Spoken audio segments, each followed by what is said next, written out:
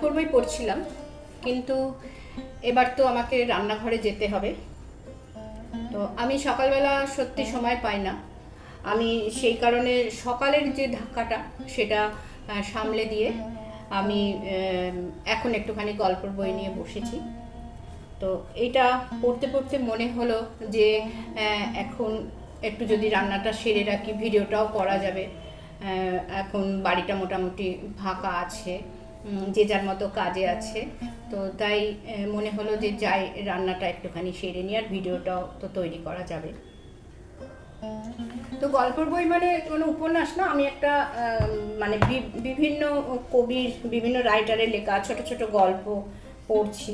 উপন্যাস পড়লে সেটা আবার অনেকটা সময় দিতে হয়, মনে ছেড়ে উঠতেও পারি না। কিন্তু ছোট ছোট গল্প পড়লে একটুখানি পড়ে তো শেষ হয়ে যায়, তো তখন আবার অন্য কাজ করতে পারি। তো যাই হোক, আমি এখন বইটা এই পৃষ্ঠাটা আমি একটুখানি দেখে রাখলাম, দেখে আমি এবার একটু রান্নার দিকে যাব। আর আজকে ইচ্ছা আছে বিউলির ডাল পোস্ত চচ্চড়ি করব, আর সেটাই তোমাদের সাথে শেয়ার করব। আর সেই রকম বিউলির ডাল পোস্ত চচ্চড়ি করব যেটা আমরা ছোটবেলায় খেতাম। মানে আমাদের ছোটবেলায় বিশাল বাড়ি ছিল, জয়েন্ট ফ্যামিলি, তো বাড়িটা খুব বিশাল ছিল। বিশাল বাড়ি, গোল একদম, মানে স্কুল বাড়ির মতন গোল বারান্দা ওলা বাড়ি। সেই বারান্দা একসাথে সবাই খেতে বসতো। আগেও তোমাদের বোধহয় এই গল্পটা, প্রথমে ছোটরা বসতো, তারপর একটু বড়রা, তারপর আরো বড়রা, সবশেষে বাড়ির গিন্নিরা বসতো। যাই হোক, আজকে দেখাবো বিউলির ডাল পোস্ত চচ্চড়ি। আমি আসল কথায় আসি, সেই তখনকার মতো বিউলির ডাল পোস্ত চচ্চড়ি করব। আমার ঠাকুমা যেটা করতো, যে ডাল সিদ্ধর সময় আদা মৌরি দিয়ে দিত, পরে ফোড়নটা দিত। আগে তো উনুনে হতো, প্রেশার কুকারের ব্যবহার ছিল না, কিন্তু আমি আজকে প্রেশার কুকারের ব্যবহার করব। সেই মতো আমি আমার সুবিধা মতোই মশলাগুলো যখন যা দেবার দিয়ে নেব, পরে ফোড়নটা দেব। যেমন আমি বিউলির ডাল আমি ভিজিয়ে রেখেছি, দেখাবো তোমাদের। আমি এই আদা আর মৌরি, এই বাটাটা বিউলির ডালে দেব। এই যে দেখো, মৌরি নিয়েছি, একটুখানি মৌরি বাটা দেব। আর আদাটা আমি এখন গিয়ে বাটবো। আর ফোড়নেও আমি মৌরি দেব। অনেকে 5 ফোড়ন দেয়, ভালো লাগে না, আর দেবো। আমি বেশি বাড়াবো না। আর পোস্ত চচ্চড়ি, এই যে আমি পোস্ত নিয়েছি, এটাও বেটে নেব। পোস্ত চচ্চড়ি আজকে একদম বনেদি আমলের মতো পোস্ত চচ্চড়ি করব, মানে শুধু আলু পোস্ত। আলুটা আমি ছোট ছোট করে কেটে ভেজে নিয়ে তারপরে পোস্তটা মেশাবো। আমি যেরকম আমার রান্নাতে আলু সিদ্ধ করে তারপর রান্না করি, আজকে আমি সেই পদ্ধতিতে করব না। আজকে আমি আলুটা ভেজেই রান্না করব। তো ঠিক আছে, চলো, কথা সত্যি আর বেশি বাড়াবো না, চলো এবার আমরা রান্নাঘরে চলে যাই। এই হচ্ছে বিউলির ডাল, নিশ্চয়ই তোমরা বুঝতে পারছো। আর যারা নতুন রান্না শিখছো, রান্নাঘরে যারা নতুন আসছো, তারা ভালো করে দেখে নাও।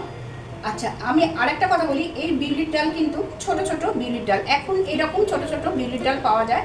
আগে এইরকম বিউলির ডালের সাইজগুলো ছিল আরও অনেক বড় বড়। তো এই ডাল আমি ঠিক ঘন্টা 2 ভিজিয়েছি। আমি তোমাদের দেখাই, আমার ভিজিয়ে রাখা হয়ে গেছে, আমি তোমাদের দেখাই। ঘন্টা 2 ভিজিয়ে রেখেছিলাম। ভিজিয়ে না রাখলে সিদ্ধটা ভালো হয় না। আমি যেহেতু গ্যাস বাঁচিয়ে প্রেশার কুকারে রান্না করব, সেই কারণে আমি ভিজিয়ে রেখে প্রেশার কুকারে খুব হালকা একটা সিটি দেব। এই যে ভিজিয়ে রেখেছি, এবার এই রকম হয়ে গেছে। এবার আমি প্রেশার কুকারে নিয়ে নিচ্ছি, তোমাদের দেখাচ্ছি। দেখো, প্রেশার কুকার বসিয়ে দিয়েছি, প্রেশার কুকারের ডালটাও আমি দিয়ে দিয়েছি। এবারে এই যে বলেছিলাম আদা মৌরি বেটে নেব, এই যে আমি আদা মৌরি বেটে নিয়েছি, সেটা আমি দিয়ে দিলাম। আমি কিন্তু পরে আবার আদা মৌরি দেব, যখন একদম নামানোর একটু আগে, যখন ফোড়ন দিয়ে ডালটা সাঁতলাবো, তখন আমি আবার আদা মৌরিটা দেব। এবার দিয়ে দিচ্ছি একটু তেজপাতা। এখন কোনো লঙ্কা দেবার প্রশ্ন আসছে না, তার কারণ এখন শুধু ডালটা শুধু সিদ্ধ হচ্ছে। আমি একটু জল দিয়ে দিই, ঠিক আছে। এবারে দিয়ে দেব একটু লবণ,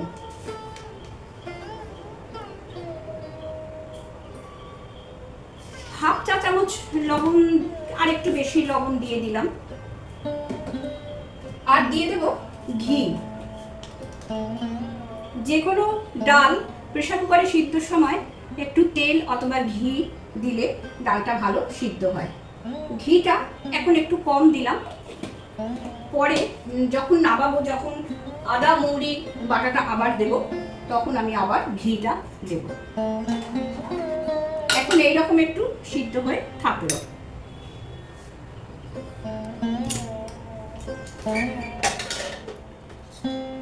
এই যে ডালটা সিদ্ধ হয়ে গেছে, ঠিক এইরকম একটু দানা দানা থাকবে আর একটু গলে যাবে, এরকমভাবে বিউলির ডাল সেদ্ধ করতে হয়, নয়তো কিন্তু একদম সেই ঘেঁটে হয়ে যাবে, কাদা কাদা মতো হয়ে যাবে। এরকমভাবে বিউলির ডাল সেদ্ধ করলে রান্নাটা খুব সুন্দর হয়। আর ডালটা আমি ওখানে গরম জল বসিয়েছি, ডালটা আমি খুব পাতলা করব, গরম পড়েছে বলেই আমি ডালটা আজকে বেশ পাতলা পাতলা করব, তাহলে তোমরা দেখতে থাকো।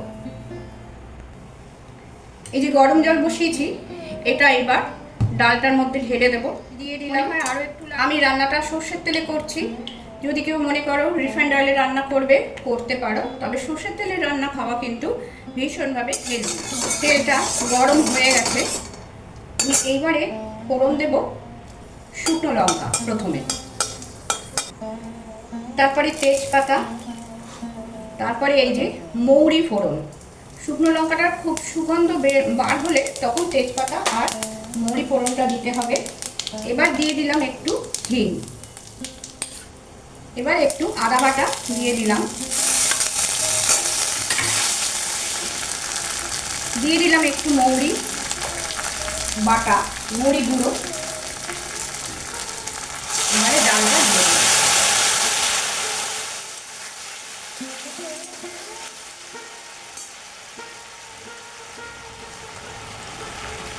আচ্ছা, বিউলির ডালে হলুদ দেওয়া হয় না, কিন্তু এই যত সামান্য হলুদ একটুখানি দিলে, নয়তো একদম সাদা খুব একটা কেমন যেন দেখতে লাগবে হলুদের। এবারে আমি পুরো ডালটা ঢেলে দিচ্ছি। আমার ইউটিউব পরিবারের কাছের দূরের সমস্ত বন্ধুদের আন্তরিক শুভেচ্ছা জানিয়ে আজকে যে ভিডিওটা শুরু করেছি, তোমরা কিন্তু একটু স্কিপ করো না। আশা করি তোমরা সবাই ভালো আছো। এবারে একটু চাপা দিয়ে রেখে দিচ্ছি। ডালটা ফুটছে, ডাল কিন্তু এরকম টকবক করে ফোটাতে হয়, আর এরকম হাতা দিয়ে ওপর নিচ করতে হয়। আমি বলেছি ডালটা আজকে পাতলা করব, তাই এরকম পাতলাই করছি। এবারে ডালটা হয়ে এসছে, আর বেশিক্ষণ ফোটাবার প্রয়োজন নেই, শুধু হাতা দিয়ে কয়েকবার এরকম করব। আর এখন আমি একটু গুড়ের জল দিয়ে দিচ্ছি। আমার ঠাকুমারা করতো, নামাবার সময় একটু এইরকম কাঁচা আদা দিয়ে দিত। কাঁচা আদাটা কিন্তু কষানো নয়, কাঁচা আদা দিয়ে দিত, আর দিয়ে দিত। এইবার আমি অফ করবো বলে এবার সব শেষে আমি দিয়ে দিচ্ছি একটু মৌরি গুঁড়ো। আমি মৌরি গুঁড়ো করে রাখি, এইরকম এই মৌরি গুঁড়োটা আমি দিয়ে দিচ্ছি। দিয়ে এইবার গ্যাসের ফ্লেমটা অফ করে দেব।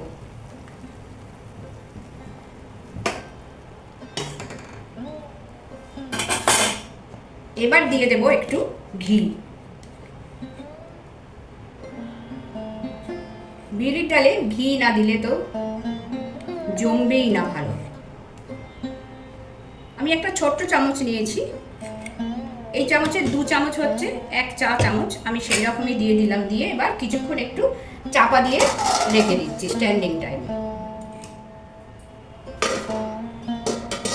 এবার ঢাকাটা খুলে আমি ডালটা একটা পাত্রে ঢেলে নেব। এবারে একটু কাঁচা লঙ্কা ছিঁড়ে দিয়ে দিলাম, আর এই লেবু টুকরোগুলো, গন্ধরাজ লেবুর টুকরাগুলো দিয়ে রাখলাম। তাহলে খুমখুমের রান্নায় আজ দেখছো বিউলির ডাল পোস্ত চচ্চড়ি, যেভাবে তার মা ঠাকুমারা করতো তাদের ছোটবেলায়। তৈরি হয়ে গেল বিউলির ডাল, মানে আমার মা ঠাকুমার মতো বিউলির ডাল। আমাদের ছোটবেলায় যেরকমভাবে করতো আমার ঠাকুমা, সেই রকম করে করেছি আজকে বিউলির ডাল। আর যারা নতুন রান্না ঘরে এসেছো, রান্না শিখছো, নতুন রান্না করছো, নতুন বিয়ে হয়েছে, তাদের অনুরোধ করলাম তারা কিন্তু এইভাবে একবার বিউলির ডাল করে তাদের পুরনো দিনের কথা মনে করিয়ে দাও। এবার চলো তাড়াতাড়ি করে দেখিয়ে নিই ঝরঝরে আলু দিয়ে দিলাম পোস্ত। সর্ষের তেল। আজকে আমি আলু পোস্ত করছি, আগেই বলেছি। আলু পোস্ত আজকে আমি আলু সিদ্ধ করে নিচ্ছি না, আমি আজকে সর্ষের তেলে আলুটা ভেজে নিয়েই করছি। আর সেই কারণে আমি কিন্তু আজকে একটু বেশি তেল দিলাম। এবারে দিয়ে দিলাম দুখানা শুকনো লঙ্কা, আমি ভেঙে 4 টুকরো করে দিয়ে দিলাম। দিয়ে দিলাম কালো জিরে, ওরা কিন্তু কালো জিরে দিয়ে করতে, আমি ওনাদের দেখেছি কালো জিরে দিয়ে করতে। দিয়ে দিলাম আলুগুলো।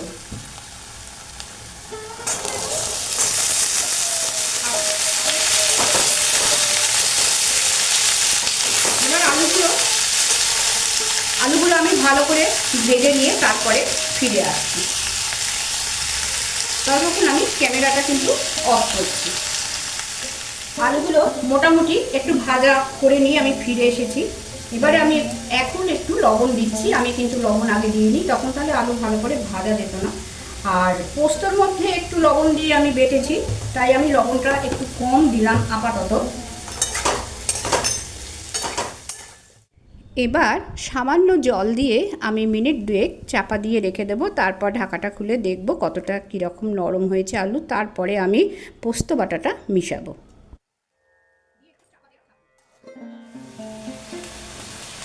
এই যে পোস্তটা বেটে রেখেছি, পোস্তটা আমি দিয়ে দেব।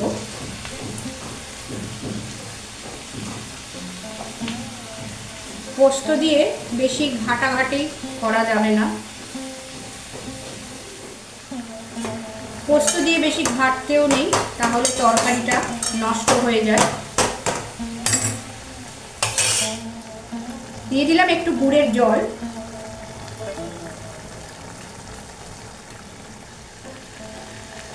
জলটা অনেকটা শুকিয়ে গেছে। এবার দিয়ে দিচ্ছি একটু কাঁচা সর্ষের তেল। এটা হয়তো অনেকে দেবে না, কিন্তু আমি দেখেছি, আমার ঠাকুমাকে দিতে দেখেছি, আমার মাকেও দিতে দেখেছি। আমি একটু দিয়ে দিলাম কাঁচা সর্ষের তেল। যদি কেউ মনে করো খাবে না কাঁচা সর্ষের তেল, দেবে। দিয়ে এবারে একটু এটা ভাজা ভাজা মতো হবে, কিন্তু খুব একটা ঘেটে ঘেটে না, মাঝে মাঝে একটু আস্তে আস্তে করে এরকম ছড়িয়ে ছড়িয়ে দেবে। হয়ে গেছে এবার ঝরঝরে আলু পোস্ত।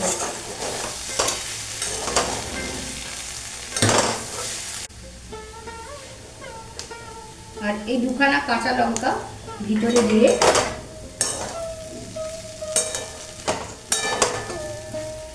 চাপা দিয়ে রেখে দেব।